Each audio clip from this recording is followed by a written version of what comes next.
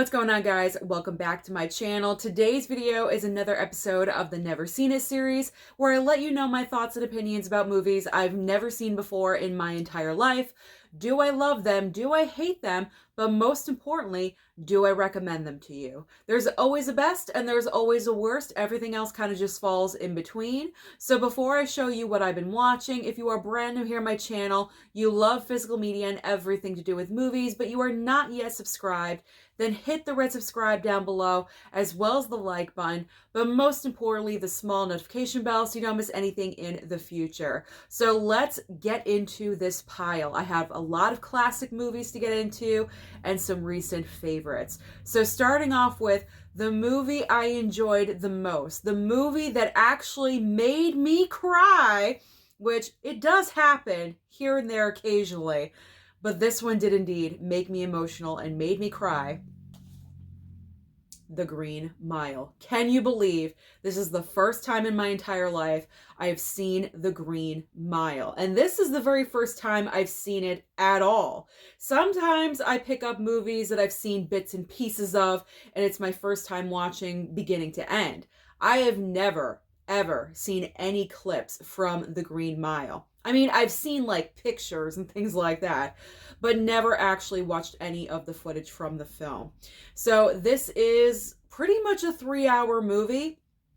You do not feel it out at all whatsoever. The plot line of this film, it moves along at such an easygoing pace.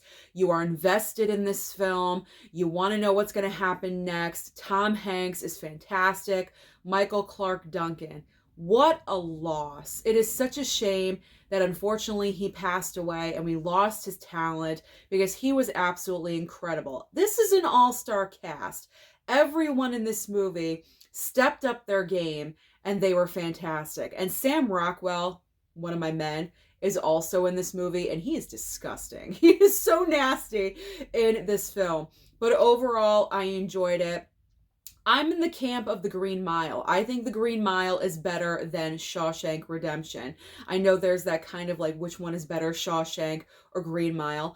I'm going with Green Mile. I feel like Green Mile just captivated me more. It made me more emotional. The very end, I got teary-eyed. So by far, The Green Mile was my favorite movie to watch out of the latest batch of Never Seen It. So I'm so happy that I finally had this experience, especially in 4K for the very first time.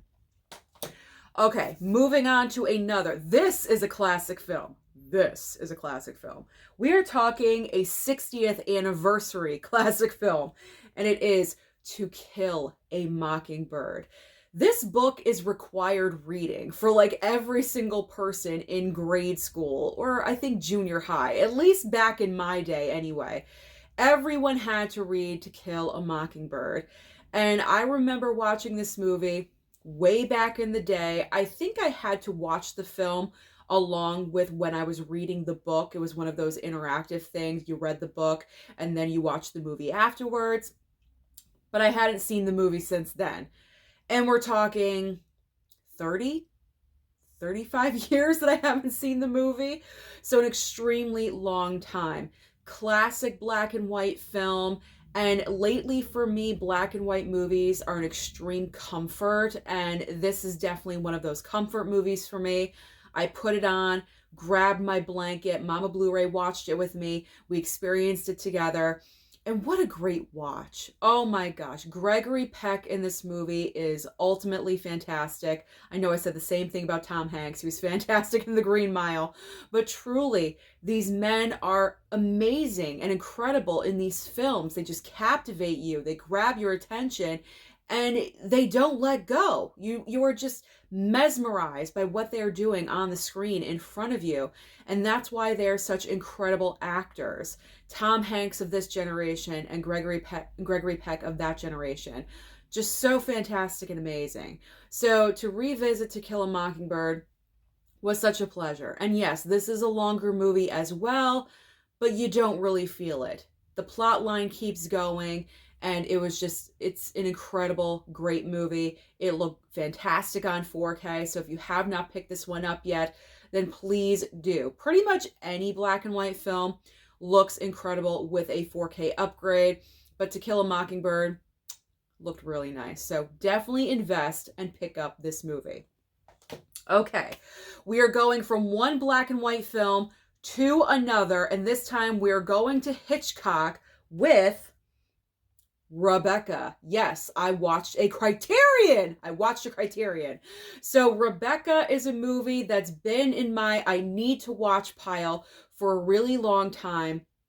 And now was the moment, because Rebecca won Best Picture, I believe, in 1940.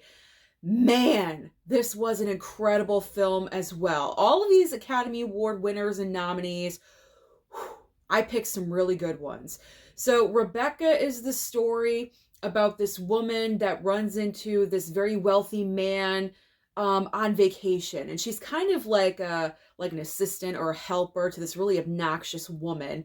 And the man, what's his name? Max, right? I think Max. And he sweeps her off of her feet, and they decide to get married, and it's a whirlwind romance. And she is just kind of like in the moment, but very unsure of herself. And he brings her back home to his estate where he lives. Mandalay, I believe. I watched this a couple of weeks ago, so I'm trying to remember the names. Mandalay, I believe, is the estate where he lives. He has a massive staff, and there's the head of his staff, Mrs. Danvers, who's like the ultimate villain. Oh my gosh. So you can tell right away Mrs. Danvers does not care for the new wife, because the previous wife, she thought the sun rose and set with the previous wife. The previous wife's name was Rebecca, hence the name of the movie. And her presence is felt everywhere. This is just such an incredible story as well. I was completely engrossed, never bored.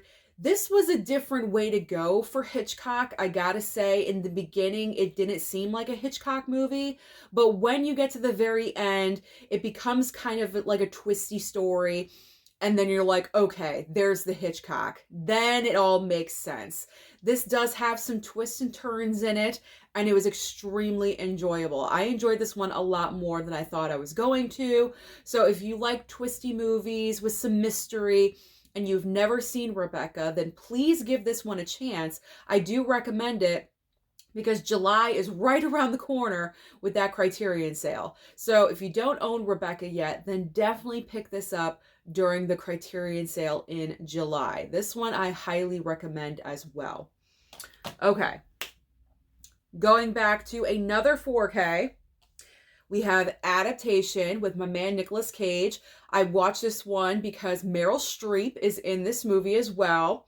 So this movie's weird. This movie is strange. I should have known right off the bat, because Nicolas Cage is in it. And let's be honest, Nicolas Cage chooses weird projects sometimes. But this one is really out there and really off the wall and bonkers. I'm not going to deny it. I fell asleep in the middle of it, and it was one of those where I fell asleep and I woke back up towards the very end. I had no clue what was going on. I was completely lost. So I cannot really give this a fair criticism, because I gotta watch it again. I do have to watch it again. But as far as what I had seen, this movie is bizarre. It is so bizarre and so weird. Nicolas Cage plays twins, and it's all about like a flower. Kind of boring, I gotta be honest. I wasn't like goo goo gaga over this movie, because, you know, I love Nicolas Cage, but not in this one. Not in this one, but I'll give it another chance. I will watch it again, but I feel like this one, I'm not going to revisit often, because I don't think it's my cup of tea. So I'm very upset when I say that, because I love Nick Cage and I love Meryl Streep, but together in this movie, it didn't work for me.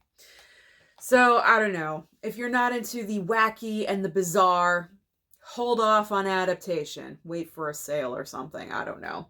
Okay, let's go to another Meryl Streep film, which I enjoyed way more than Adaptation. The River Wild. The River Wild with also Kevin Bacon.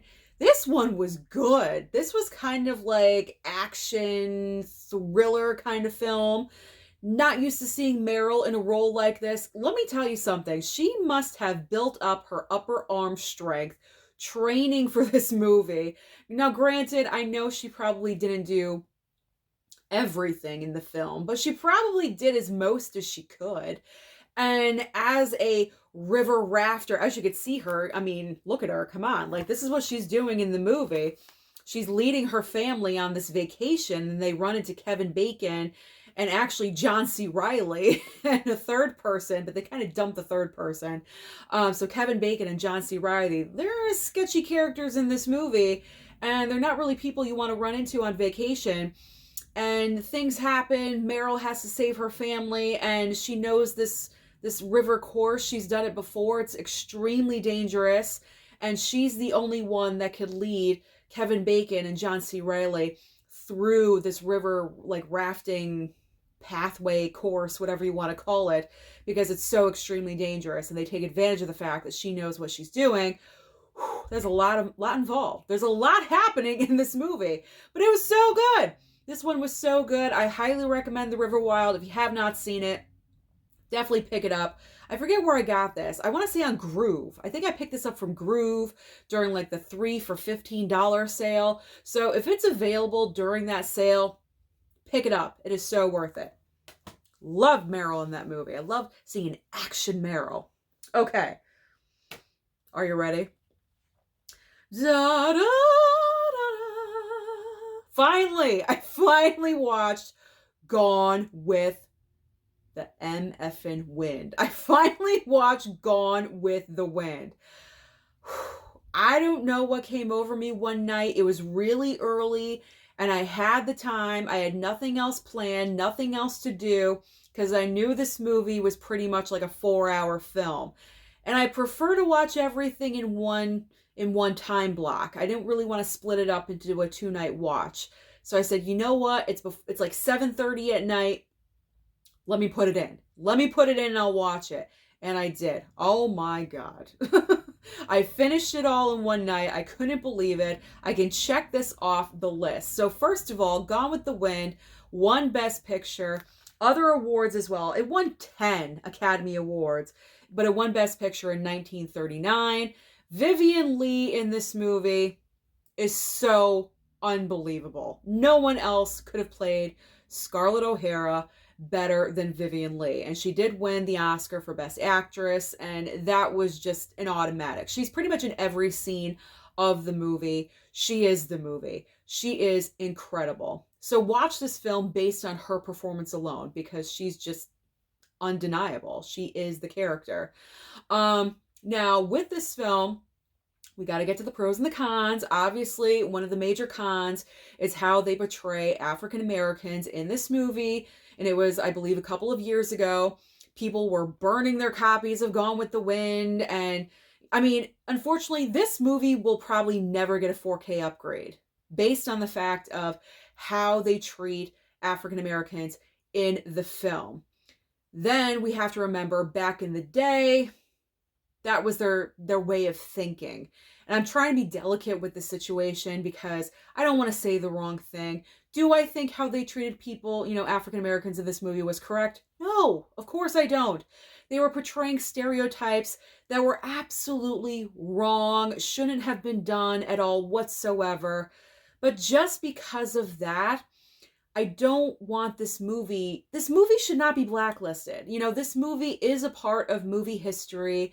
There's a lot of good qualities and good aspects about this film. So for me, do I like that element of how African Americans are being portrayed? No. No, I do not. I don't like it, and I don't agree with it at all whatsoever. So I try to, I hate to say cast aside because it's important, and I'm not saying cast it aside, but I'm happy I finally watched the film. I had the experience, and I didn't mind the long runtime. I do have to say, I didn't mind it. I mean, it's not a movie I'm going to watch over and over again and again because I can't find an extra 4 hours like all the time, but it is an experience. It is an experience, and yes, there are those moments in the film here and there, But like I said, you have to remember at the time period of what they're portraying and at the time they were filming this movie, it is not current. It is not in current day. It is back in the past. And unfortunately, in the past, things happened and things existed. So, no, I'm not brushing anything off. I'm just simply explaining. I'm just explaining myself. I'm trying to be as delicate as possible. I don't want to offend anyone. And that's it. That's all I'm going to say about Gone with the Wind. I'm happy I finally watched it. It's not the most rewatchable movie for me, but I wouldn't mind watching it again. Okay, let's put Gone with the Wind to bed. There we go. All right, moving on to another Academy Award winner. We're talking Cate Blanchett. I believe her second acting award with Blue Jasmine. Blue Jasmine, written and directed by Woody Allen. I really enjoyed this movie. I wasn't sure how I was going to feel about it going in, but I really, really enjoyed it. It's Cate Blanchett playing this character that is extremely rich. She married into money. I will say that. She married into money. Alec Baldwin's character. She marries Alec Baldwin. This is like, prior knowledge. And unfortunately, it's revealed that he's using other people's money to fund his lifestyle. There we go. So that is revealed, and pretty much Cate Blanchett goes from a very, very, very lofty lifestyle to being dead-ass broke. Dead-ass broke, doesn't know what to do, and has nowhere to go. So she actually goes to her adoptive sister's house, played by, what's her name? She's so good. Sally Hawkins. Sally Hawkins plays her sister. She's from The Shape of Water, so she plays her sister in this movie. She was so good. She was so good in this film. And her sister kind of like lives in this small, dumpy apartment. She has 2 kids, but Cate Blanchett is desperate. She has nowhere else to go. And she winds up working like this menial job, and she's trying to rebuild herself. And it's all about the journey that her character is taking from being ultimate Richie Rich down to nothing, and how her character is coping and how other characters are dealing with her character because they have to put up with her because she's such a pain in the ass. So that's what this movie pretty much is all about. Do I think Cate Blanchett was deserving of the Oscar for this role, though? I don't know. I would have to go and see who else was nominated that same year to see. Because honestly, Cate Blanchett, I usually say she could read the phone book and get an Oscar because she's just incredible. She's one of the most talented actresses that's still working right now. But with this performance, I felt like it wasn't anything super special. It's definitely a fantastic performance. Don't get me wrong. But was it award worthy? I gotta check. I gotta check to see who else was nominated. But I'm happy I watched it. I'm happy I watched it, and I'm happy I have it in my collection for a Woody Allen film. Okay. Ooh, this is a good one up next. This is a good one. Braveheart. I finally watched Braveheart. Can you believe it? Another 3-hour epic tale for the first time on 4K. This was good. Now, the reason why strike that, reverse it. I'm not re-recording. Get your words together, Susan. Okay. The reason why I'm just going with it. The reason why I had always avoided Braveheart in the past was because for some reason I had the preconceived notion that this movie was boring. It was long and it was boring. Yes, this movie is long, but this movie is anything but boring. This movie is incredible. Definitely deserved winning Best Picture. Mel Gibson directing this. He did an incredible job. I mean, there are thousands of people, thousands of extras and horses and everything in these fight sequences. I can't even imagine Mel Gibson as a director having to, rein all these people and have them do everything at the same exact time. That is amazing. I mean, that is just so awesome. The fight sequences, as I said, the battle scenes are top notch. They're amazing. The cinematography is gorgeous because of the location that they're in. This movie is wonderful, and I'm so happy I finally watched it. I mean, regardless of how you feel about Mel Gibson, because I know I'm probably going to get some comments down below about that whole Mel Gibson situation. How do you still support him? It's art, okay? Like, he created that before that situation, and I can separate. I've said that before when I picked up the Woody Allen collection. I can separate someone from their personal life, from their artistic life. You know what I mean? So I appreciated that movie, and I enjoyed it. Okay. This one, next up, An Affair to Remember. First of all, I love this little, I cannot talk today. I love this little digibook case. Look at this. It's so thin. Imagine if every single Blu-ray came in a case like this. We would have so much more room on our shelves for all of our physical media. This is fantastic. This was given to me, I think, by Jasmine. Look, the movie's held like that. Very simple. You have like a little book in here. But An Affair to Remember, I tried watching twice, and both times I fell asleep. Not saying anything about the movie. The movie was not boring. I was just extremely tired both times I tried to watch it. So I can't really give an honest review about, or really talk about this movie, you know, just a little bit. I can't give you a yes or a no, don't see it, yes, see it, because I fell asleep. But what I will say, I was enjoying it up until the time I fell asleep. That I can say. So I'm sure I would enjoy this entire film. Again, great movie. I thought it was in black and white for some reason, and it's not. It's in beautiful color. So I am going to try to watch this movie again. I will. I'll give it a break, and then I'll circle back to it like a vulture. Did that make any sense? I hope it did. Okay. Back to Meryl. Meryl Streep. We have Cher and also Kurt Russell in Silkwood. Oh my gosh, this movie was so amazing. Meryl is this movie. This movie is Meryl. She is so incredible in this film. This is based on a true story of the three of them working in this factory. It's like, what, plutonium?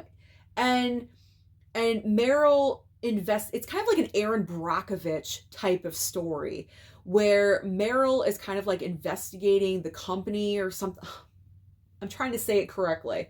Oh my gosh. Do I have to read the back of it? Okay, they work at a nuclear facility, and she discovers that she's been exposed to radiation, and she's digging for evidence. I'm just reading the back of wrongdoing at her company. So people are getting exposed to radiation, and the company is trying to cover it up because they don't want anything to get out there into the public.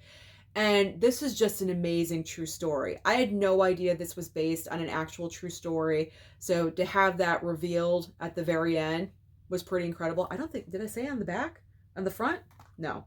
Yeah, it doesn't say anywhere on here about this being a true story. So for that to be revealed was pretty incredible. Meryl is fantastic in this film. Cher is good too.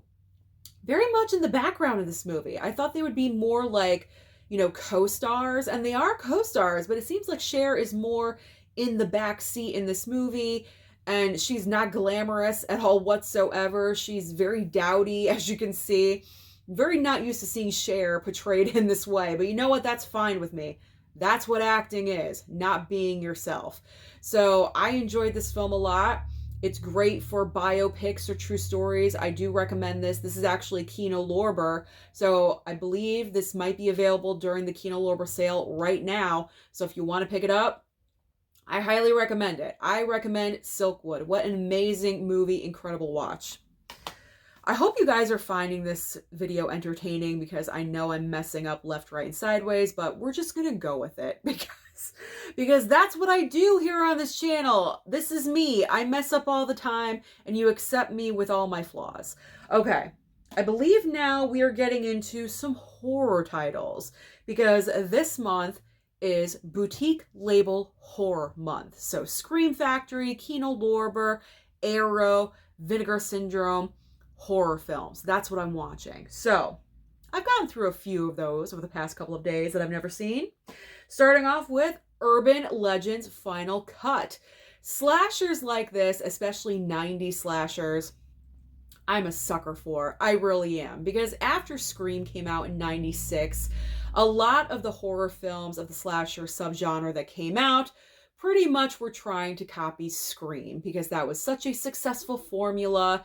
And Urban Legends Final Cut is obviously the sequel to Urban Legends. I actually enjoy Urban Legends.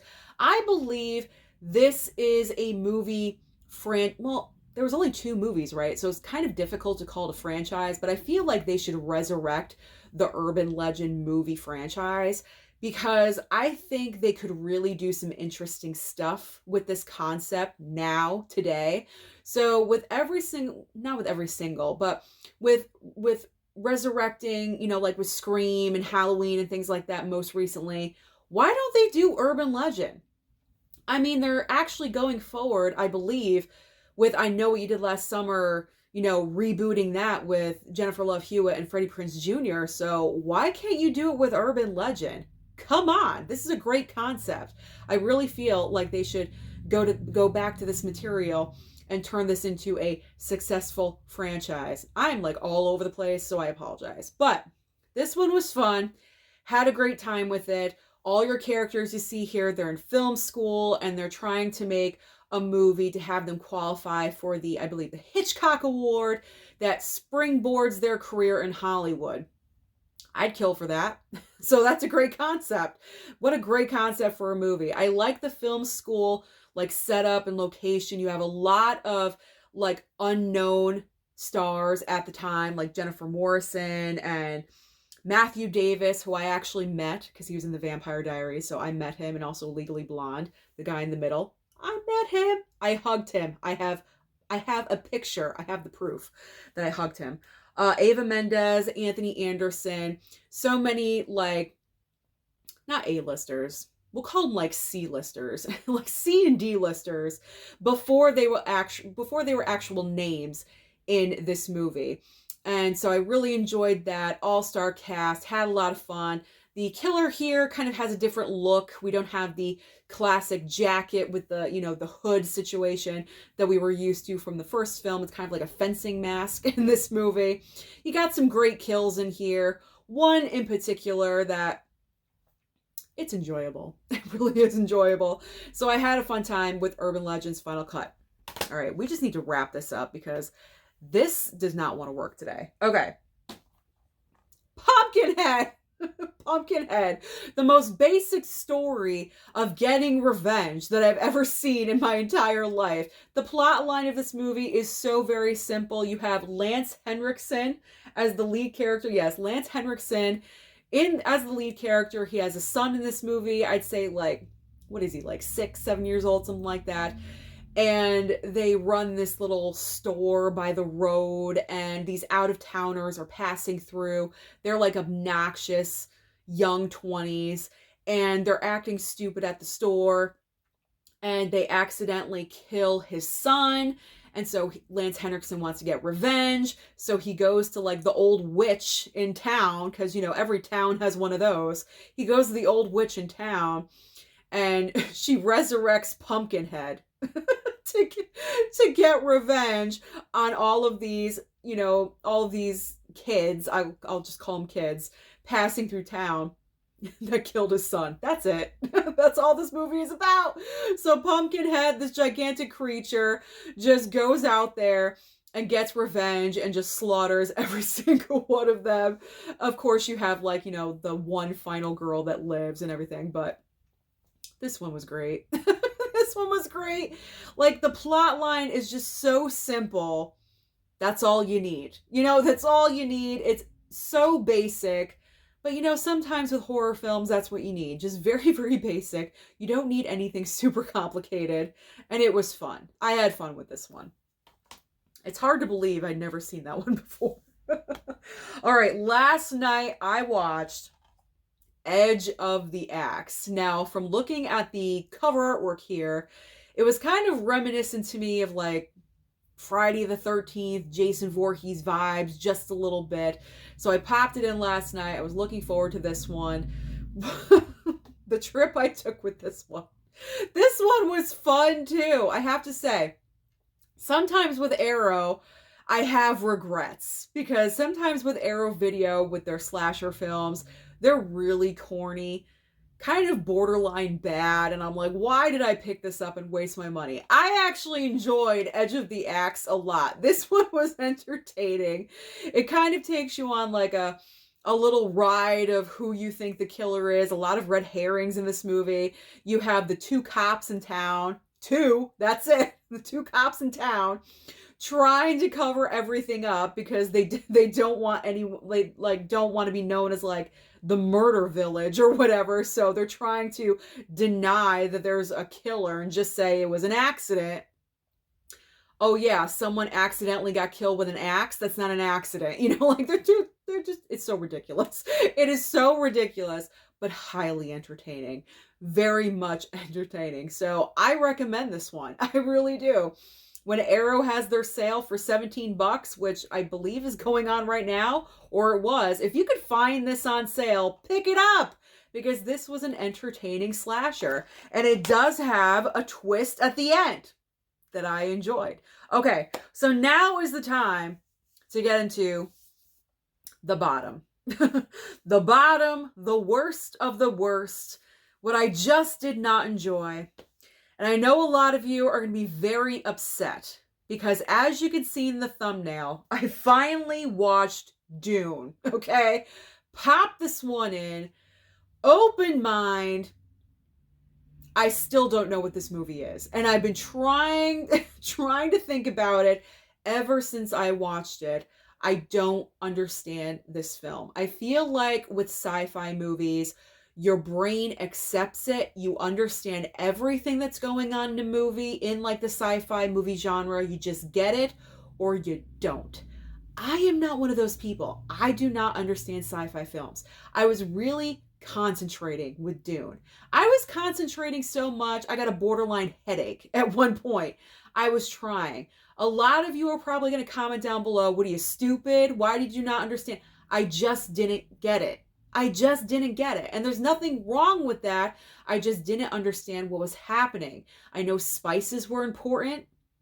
Why? I don't know. I couldn't tell you.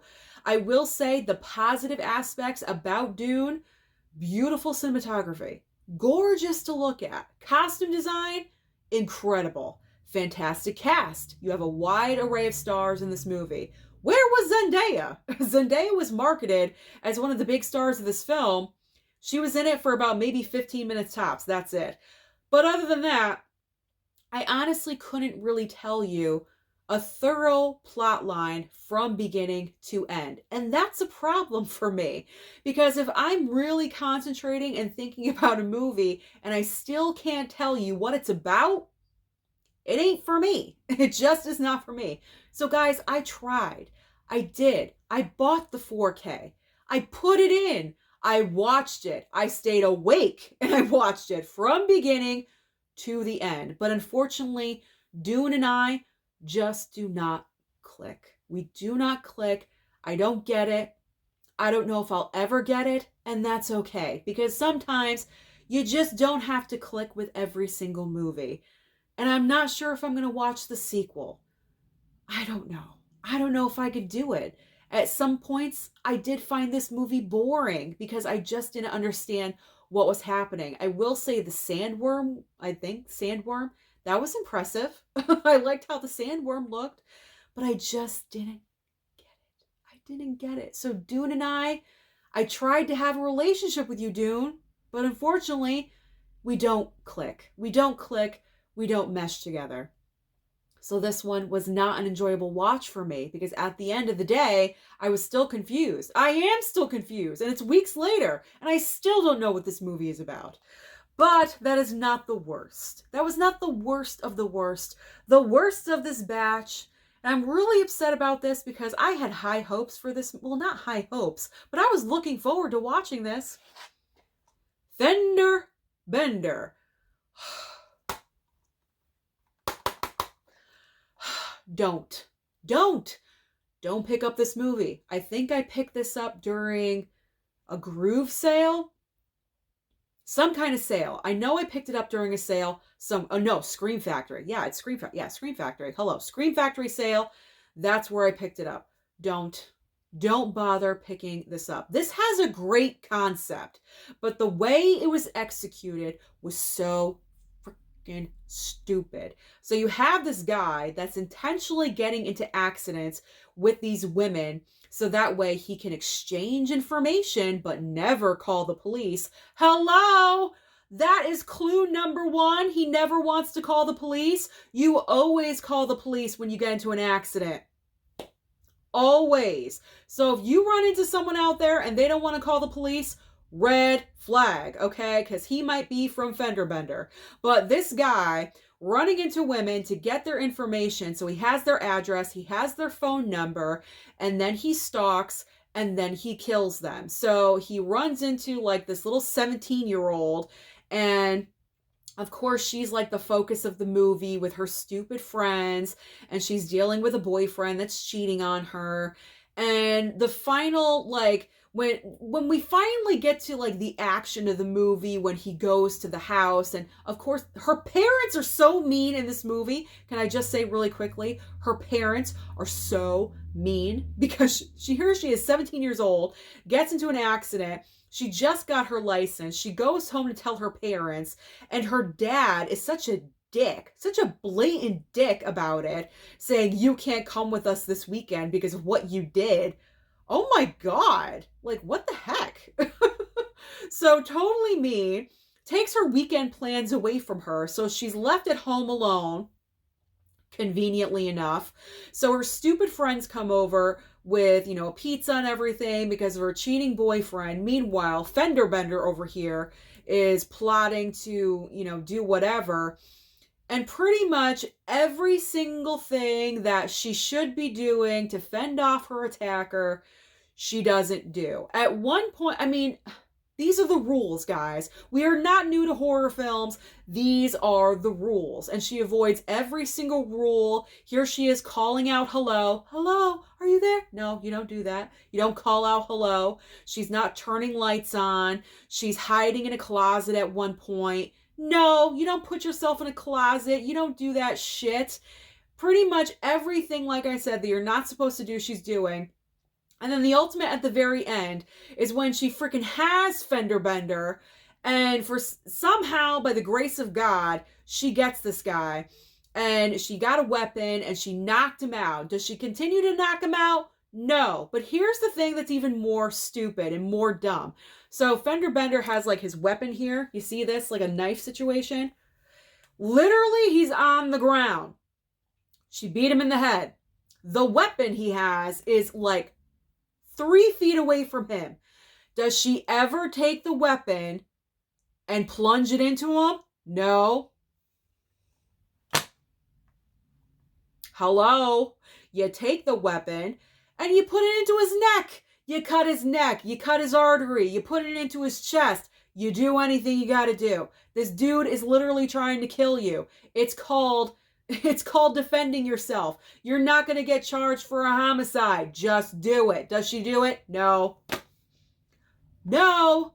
She tries to set this goofball on fire, and when that doesn't work, she goes inside the house. Does she take the weapon? No. She doesn't take the weapon. She leaves the weapon there lying next to him. Surprise, surprise. When he regains consciousness, he finds her in the house.